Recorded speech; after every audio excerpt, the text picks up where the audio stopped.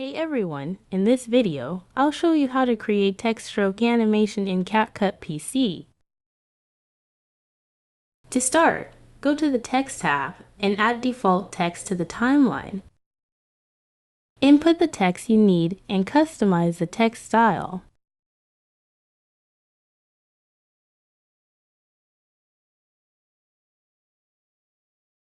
Next, duplicate the text layer and overlay it on the upper layer.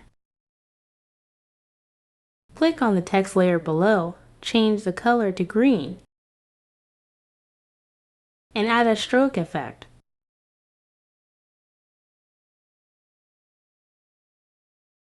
Then, right-click to create a compound clip. Go to the video cutout and use Chroma key to remove the green color.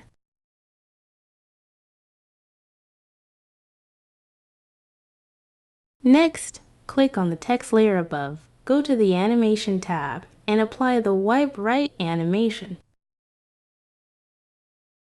Adjust the duration as needed, and there you have it.